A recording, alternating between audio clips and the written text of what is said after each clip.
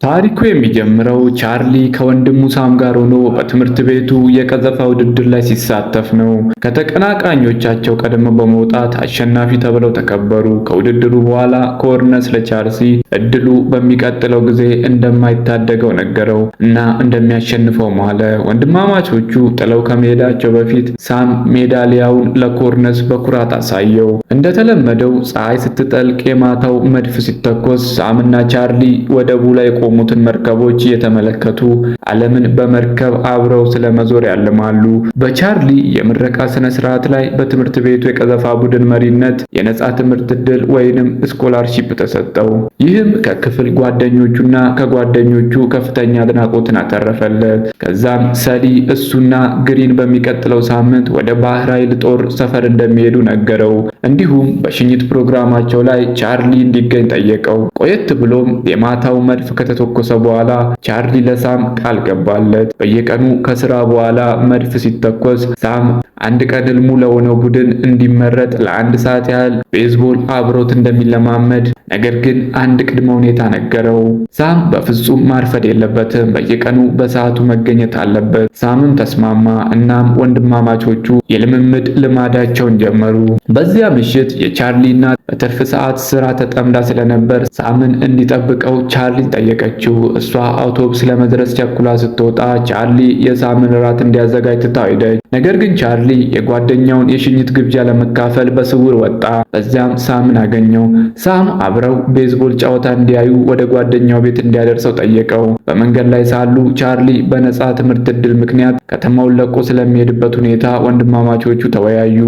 ቻርሊ ለሳም በፍጹም እንደማይተወው ወይንም እንደማይጥለው አረጋገጠለት። ጨዋታዎችና ቧልቶች እየሞቀና እየጨወ ቢመጣም ቻርሊ በረጋው የታላቅ ወንድም ስልጣኑ ወዲያውኑ ገታው። ከጥቂት ቆይታ በኋላ ከጀርባው በነበረ ግድ የለሽ አሽከርካሪ ትኩረታቸው በመከፋፈሉ መኪናቸው አስከፊ አደጋ ደረሰበት። አምቡላንሱ ሲደርስ ቻርሊ ቆስሎ እንደታየው የሚለምነውን የሳምን ምስል በአይነ ህሊናው መመልከት ጀመረ።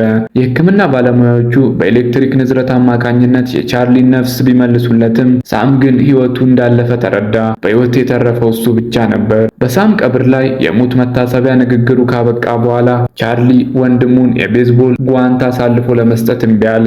በሐዘን ተውጦም ጥሏቸው ሄደ። የመድፉን ድምፅ ሲሰማ የአደጋው ትዝታ በአእምሮ እየተመላለሰበት ወደ ጫካው ሮጠ። በሐዘን ተሰባብሮ መረር ብሎ ሲያለቅስ ሳለ በድንገት ሳም ከፊቱ ቆሞ አየው። ሳም የገቡትን ቃል አስታወሰው። ቻርሊ እንዳረሳ ማለ። ሳምን ለማሰልጠን በየቀኑ ምሽት መድፍ ከተተኮሰ በኋላ ለአንድ ሰዓት ያህል ለመገናኘት ቃል ገባ። ከ5 ዓመት በኋላ የቻርሊ ህይወት ሙሉ ለሙሉ ተለውጧል። አሁን ወንድሙ የተቀበረበት መቃብር ቦታ ውስጥ ሆኖ የሚሰራው አስቸጋሪ የሆኑ የዚህ መንጋዎችን ካባረረና አካባቢውን ካረጋገጠ በኋላ ከስራ ባልደረባው አሊስተር ጋር ተቀላቀለ። አሊስተርም ዚዎቹ በቻርሊ ላይ የግል ቂም ያላቸው ይመስል የመቃብር ድንጋዮቹን ሳይቀር እያበላሹ እንደሆነ እየቀለደ ነገረው። እንደ ማስረጃም የዚዎቹን መሪ ወይንም አውራውን ወፍ አሳየው። ቻርሊ አሊስተርን ወደ ዓመታዊ በዓሉ ግብዣ ጋበዘው። ወደዛ ሄዶ አዳዲስ ሰዎችን እንዲያገኝና ካለበት አሰልቺና ተደጋጋሚ የህይወት ዘቤ እንዲወጣ አበረታታው። በዚያው ቅጽበት ቻርሊ አንዲት የተቆጣች ወጣት ሴት ወደ እነሱ ስትመጣ ተመለከተ።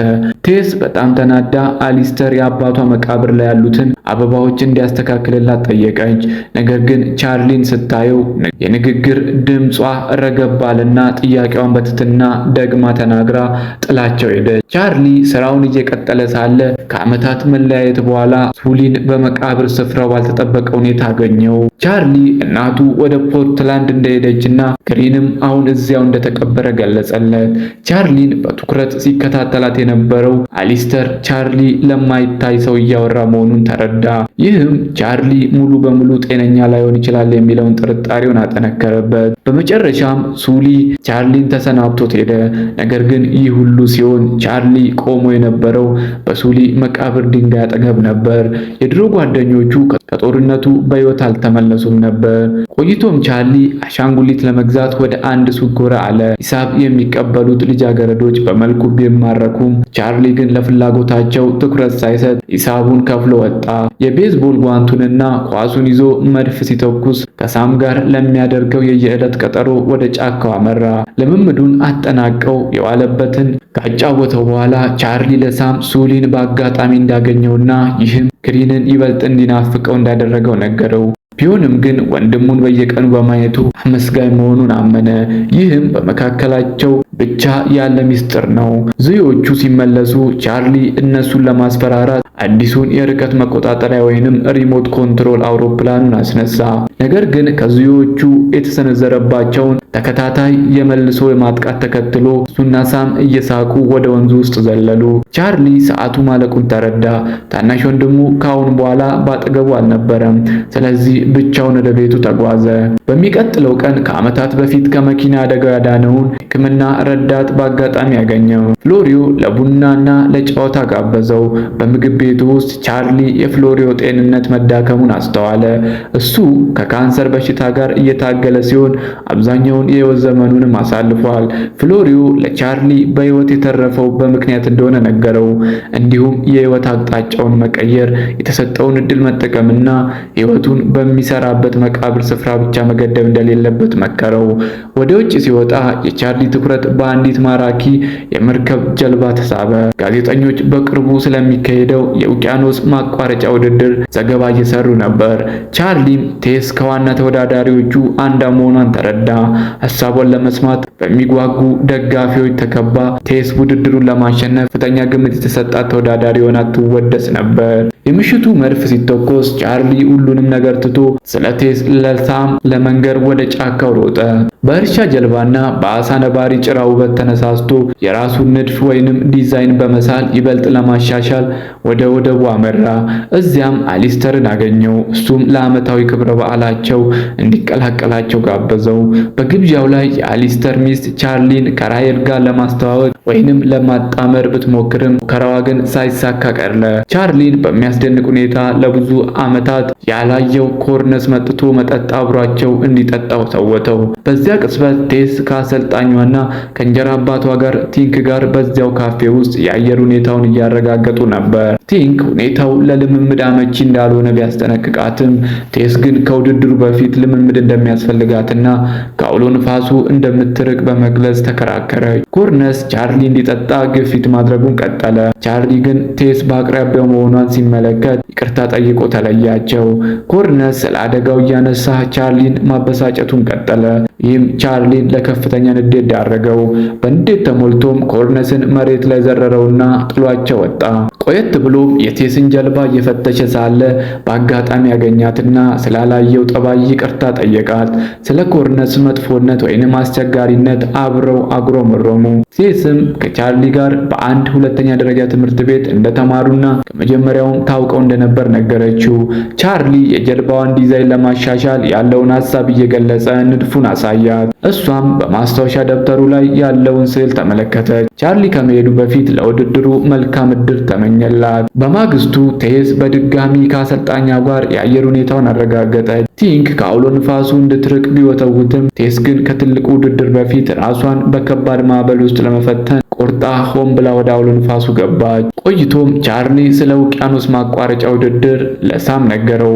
በቀላሉ ማሸነፍ እንደሚችል ቢሰማውም ሳም ከማንኛውም ነገር በላይ ቅድሚያ የሚሰጠው በመሆኑ እንደማይወዳደርና በዚህም እንደማይቆጨው ገለጸለት።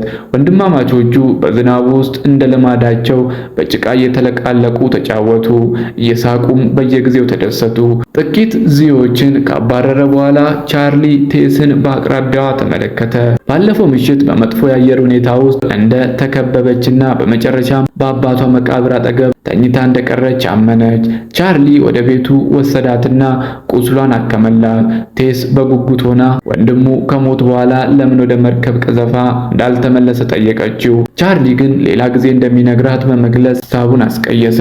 ለውድድሩ ስትል ለ6 ወራት ከከተማ እንደምትወጣ አስታውሳው ጥላው ሄደች። መድፉ ከመተኮሱ በፊት ያለውን ሰዓት በመቁጠር ቻርሊ ወደ ጫካው ከመሄዱ በፊት ቴስን ቤቱ ለራት ጋበዛት። ከሳም ጋር ልምምድ በሚያደርጉበት ወቅትም ስለ እራት እቅዱ ነገረው። በዚያም ምሽት በምግብና መጠጥ ጨዋታ መሃል ቴስ ከውድድሩ ስትመለስ የጀልባውን ንድፍ ወይንም ስኬች በስጦታ እንዲሰጣት ቻርሊን ጠየቀችው። ቻርሊ ሊሰማት ሲጠጋ እሷ ስለ ማነከሷ ለጠየቀው ጥያቄ ምላሽ በመስጠት ርዕሱን ቀየረችው።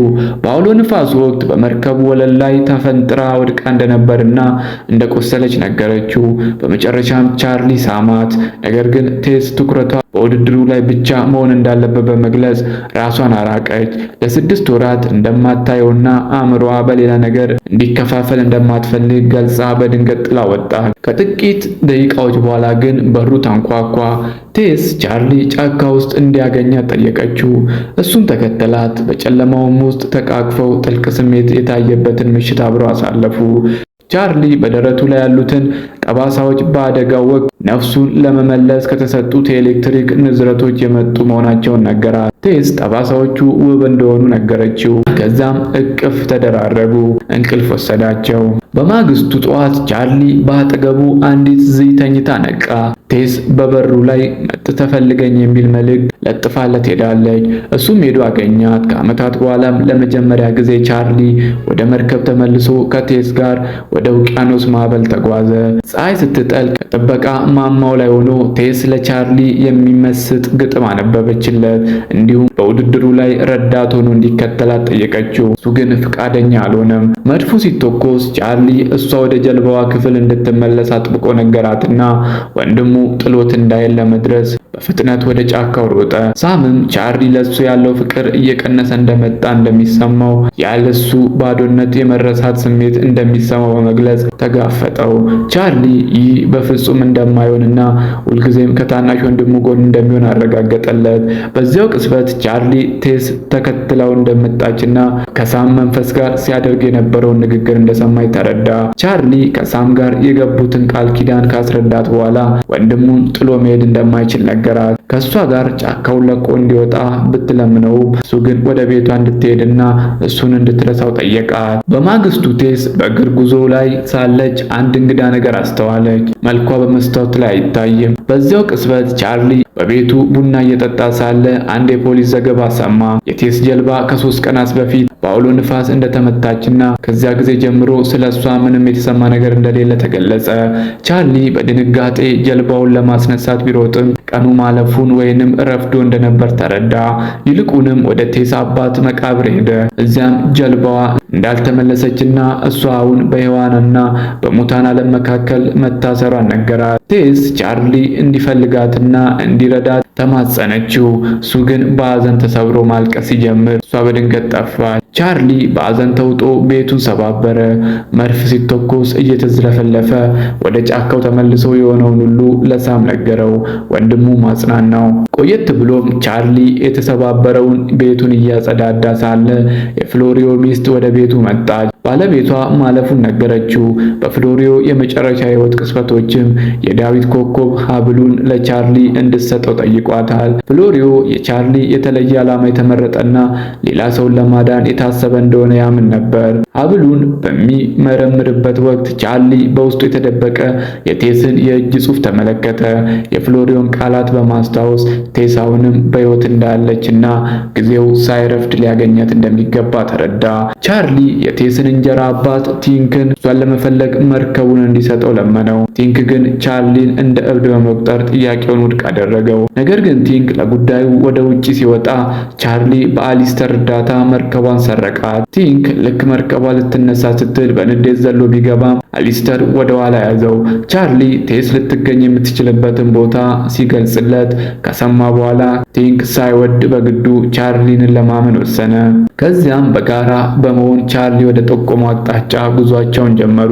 በባህር ላይ ለ16 ሰዓት ከተጓዙ በኋላ ቲንክ ቻርሊ ትንሽ እንዲያርፍ አበረታታው። ቻርሊ ወደ መርከቧ የኋላ ክፍል ሲሄድ ፀሐይ መጥለቅ ጀመረች። የመድፉም ድምፅ ሲተኮስ ሳም ወንድሙ በዛች ምሽት እንደማይመጣ ተረዳ። ቻርሊ ለሳም ይቅርታ ጠየቀው። ሁልጊዜም ወንድማማች እንደሆኑ እንደሚቀጥሉ ቃል ገባለት። ሳም ፈገግ ብሎ ተሰናበተው። ከዛም በሕያዋንና በሙታን መካከል ያለውን ዓለም ወይንም ሊምቦ ጥሎ ለመሄድ ወሰነ። ከ5 ዓመታት ቆይታ በኋላ በመጨረሻ ሰላም አግኝቶ ወደ ብርሃን ተቀየረ። ከሳም እንደ ምልክት በተላከ የጅረት ኮከብ መሪነት ቻርሊ መርከቧን ወደ ስብርባሪዎች አቅጣጫ አሽከረከራት። እዛም የሰመጠችውን የቴዝን ጀልባ ስብርባሪዎች አገኙ። አሊስተር ስለ ውሃው ቅዝቃዜና ስለ አደገኛው አየር ሁኔታ አጥብቆ ቢያስጠነቅቀውም ቻርሊ እሷን ለማዳን ወደ ውሃ ውስጥ ዘለለ። በተሰባበረው የጀልባ አካል ውስጥ እየዋኘና ከድንጋዮቹ ጋር እየተጋጨ በኃይል አልፎ ወደ አንዲት ዋሻ ውስጥ ገባ። በመጨረሻም አገኛት። ቴስን በእቅፉ አድርጎ ከሞት አፋፍ መለሳት። ሁለቱም በሕይወት ተረፉ። ቆየት ብሎ በሆስፒታል ውስጥ አሊስተር የዶክተሩን ቃል ነገረው። ቴስ ተርፋለች። ከተወሰነ ጊዜ በኋላ ቻርሊ በአሮጌው ጀልባ ወደ ቴስ ቤት ሄደ። ስለ ጤንነቷ ሁኔታ ካወሩ በኋላ አብረው ወደ ባህር እንድትመለስ ጠየቃት። ቴስ አመነታች። በዛ በሕያዋንና በሙታን ዓለም መካከል በነበረችበት ወቅት ከቻርሊ ጋር ከእውነተኛው ሕይወት በላይ እጅግ የሚመስጡ ሕልሞችን ታይ እንደነበር ነገረችው። ቻርሊ ግን እነዚያ ሕልሞች ሳይሆኑ ትዝታዎች እንደነበሩ ነገራት። ይህንንም ለማረጋገጥ በአንድ ወቅት ከጥበቃ ማማው ላይ ሆኖ ያነበበችለትን ያንኑ ግጥም በቀላሉ አነበበላት። ቴስ አይኖቿ በእንባ ተሞልተው እውነት መሆኑን ተረዳች። በመጨረሻ የቻርሊን ግብዣ ተቀበለች። አብረውም ውቅያኖሶችን ጎን ለጎን ሆነው ለመቃኘት ሸራቸውን ዘርግተው ተጓዙ። የፊልሙም ታሪክ በዚህ ተጠናቀቀ። ሰብስክራይብ በማድረግ ቤተሰብ ይሁኑ።